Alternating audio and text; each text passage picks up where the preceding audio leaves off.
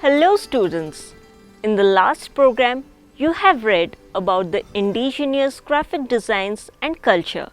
But in this program, we are going to learn about indigenous graphic design and practices in detail. Students, what do you think? Is graphic design only a modern idea, or do we have art practices from earlier times which could be called graphic design practices? Do only the urban educated practice graphic design, or can we also find art practices in tribal and rural areas among the people and communities that are not educated in a modern society? So, what do you think? Yes, you are right. We can see many art activities which comes under graphic design among the pre-modern and traditional people and communities.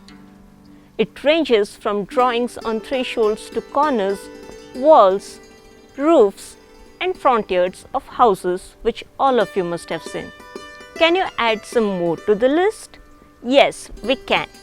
The handloom clothes, ceramic decorations, tattoos, designs on hands and palms such as mehendi, to religious icons and yantras, wall talismans, and roofs of temples and forts in India, and so on. All these art activities can be distinguished from the modern or contemporary graphic design practices and may be called as indigenous graphic design traditions or traditional graphic design practices. Based on the tradition to which they belong, living Indian indigenous graphic designs and motifs may broadly be classified as under Vedic and earlier design practices, folk and popular traditions, tribal design practices, and tantric design practices. Let us talk about the first one, which is Vedic and earlier design practices. To an extent, the above traditions are mutually connected, but there are several possible ways in which these strands could be connected to each other. The connection between earlier tradition is well known and undisputed. The earlier design practices are widely accepted as the later and popular form of the Vedic. But the problem whether Tantric has Vedic connections, or it is an autonomous tradition, or it has folk, tribal origins is not yet settled. There is a possibility of connecting both Puranic and Tantric traditions to Vedic traditions on one hand and to folk and tribal traditions on the other. In Vedic rituals, yajnas are the rituals of dedicating materials through fire to various gods and goddesses. These yajnas, such as Shraddha karmas, that is ancestor worship rituals, rites such as marriage rites and etc., shapes such as circle, square and triangle are used to represent and invoke different gods and goddesses. More complex figures are drawn with the help of finger with white rice powder on the raised platform of floor prepared by mud to invoke various Vedic gods as parts of yajnas. The script symbol for the most vital speech sound of Vedic culture, pronounced as Om or called Pranava, is one of the most significant graphic representation in this culture. Now, let's move on to the second one, which is folk and popular traditions. Non-Vedic, non-modern, rural traditions are usually classified under folk traditions. There is a controversy about whether these traditions are pre-Vedic or not. Whatever is the truth in this regard, as we find them today, most folk traditions are either influenced by or in some way are connected to Vedic tradition.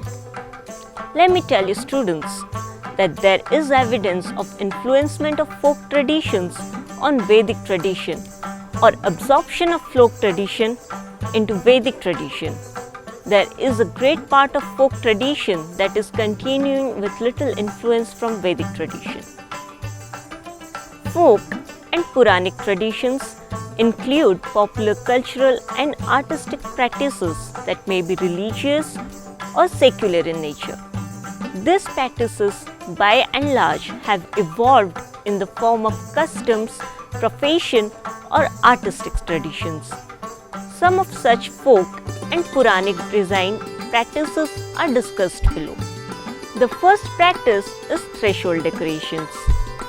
Traditionally, in Indian villages, front yard or threshold is either plastered by mud or cow dung, and some drawings are made on specially prepared walls and floors, which you must have seen. The threshold could be understood as an intermediary space between the outer and the inner world of the home. The function of this at a superficial level seems to be purely that of a decoration. But there are also studies that shows the origin of this practice in the notion of fertility and magical, that is supernatural beliefs around them. Usually the drawings are made in the powder.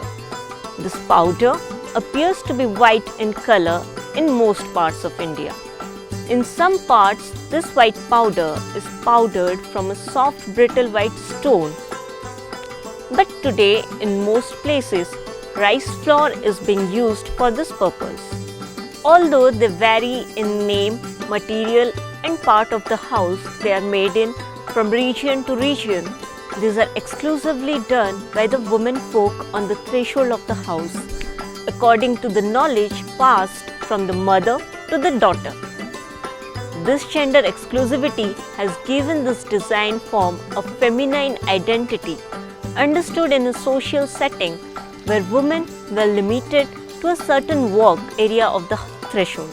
The practice of decorating floor is known with different names as Alpana or Alpona in Bengal, Aripana in Bihar, Jhoti in Orissa, Mandana in Rajasthan and Madhya Pradesh, Salhiya in Gujarat, Rangoli in Maharashtra, Muggu in Andhra Pradesh, Kalamahetu in Karnataka, Kolam in Tamil Nadu and Kerala, and Chokpunna in Uttar Pradesh. It is known as Aripan.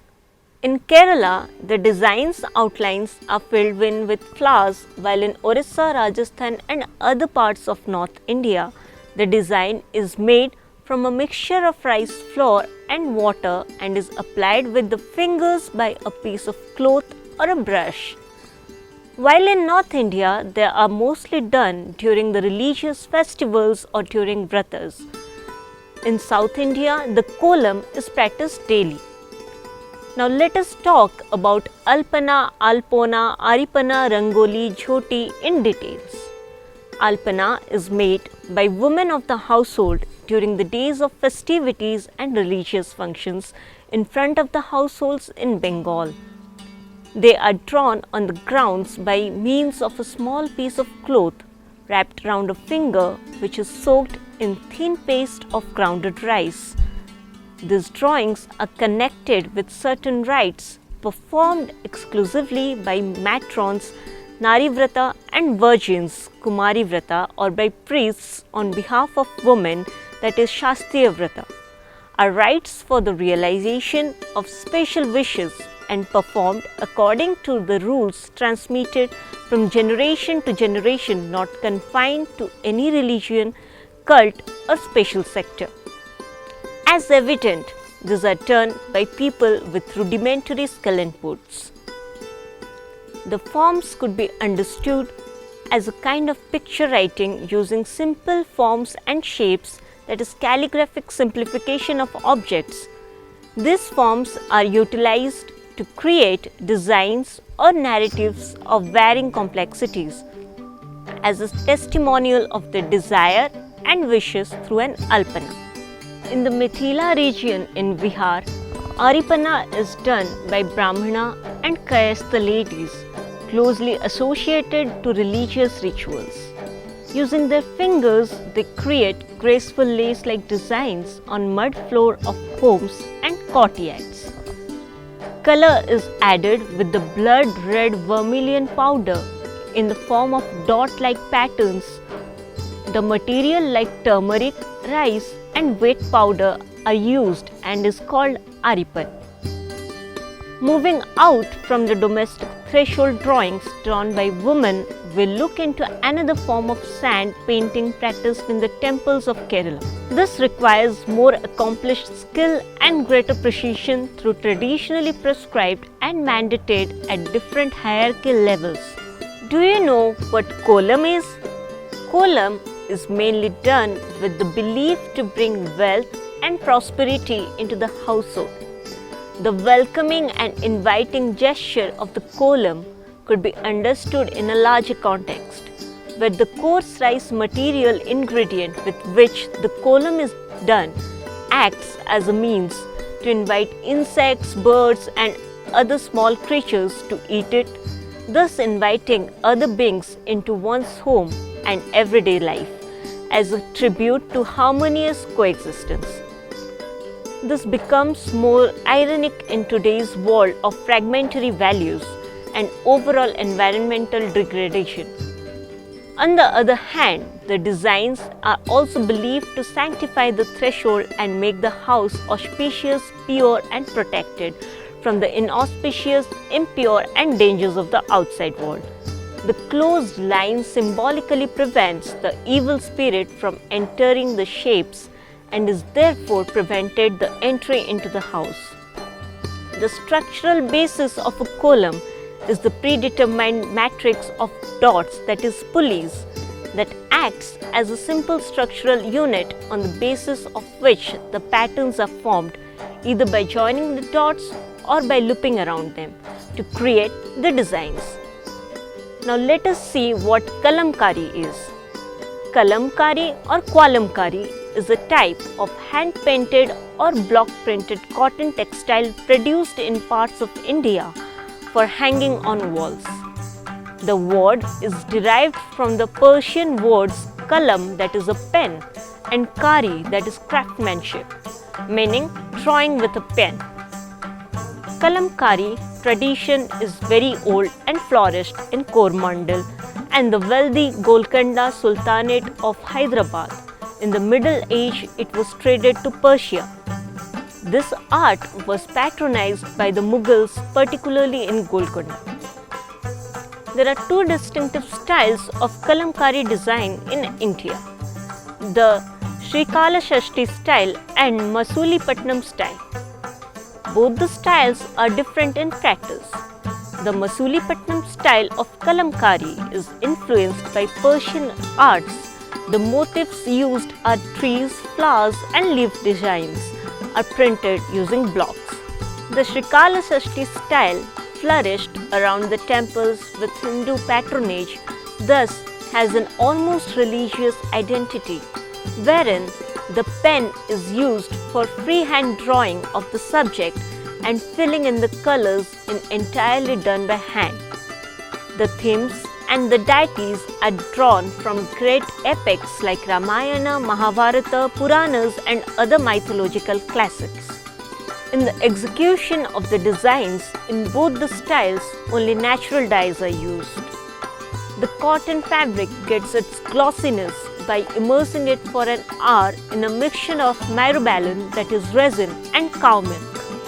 Then contours and themes are drawn with a pointed bamboo kalam soaked in the mixture, and then one by one the vegetable dyes are applied by hand or block.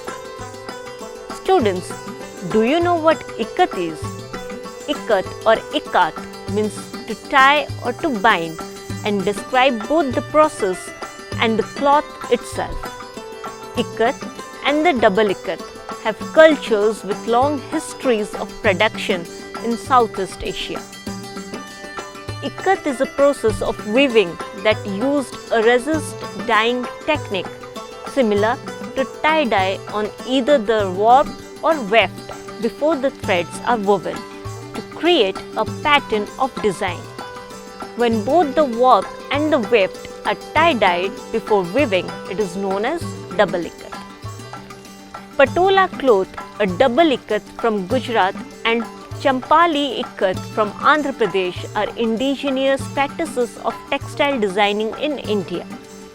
Like any craft or art form, Ikat vary widely from place to place and region to region.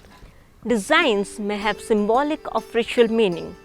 Ikats are often symbols of status, wealth, power and prestige, probably because of the difficulty and time required to produce an ikat. The process is repeated several times for additional colors. Sometimes each strand of the cloth may be dyed differently from the ones next to it. After the threads are dyed, the loom is set up. Ikat fabrics are woven by hand on narrow looms in a laborious process. The pattern is visible to the weaver when the dyed threads are used as warp. Threads can be adjusted so that they line up correctly with each other. The circle and triangle come from their observation of nature. The circle representing the sun and the moon, the triangle derived from the mountains and pointed trees. Only the square seems to obey a different logic and seems to be a human invention, indicating a sacred enclosure or a piece of land. Yantra is one of the three essential elements of Tantra tradition, namely mantra, that is the syllables viewed as magical spells, yantra, the graphic icon, and tantra, the actual action such as meditation, offerings, etc. The practitioner of tantra concentrates his or her appearance on yantra and meditates on it. So students, here we have discussed the two Indian indigenous graphic designs and motifs. In the next program, we will continue with the other two designs and other concepts in more detail. Thank you.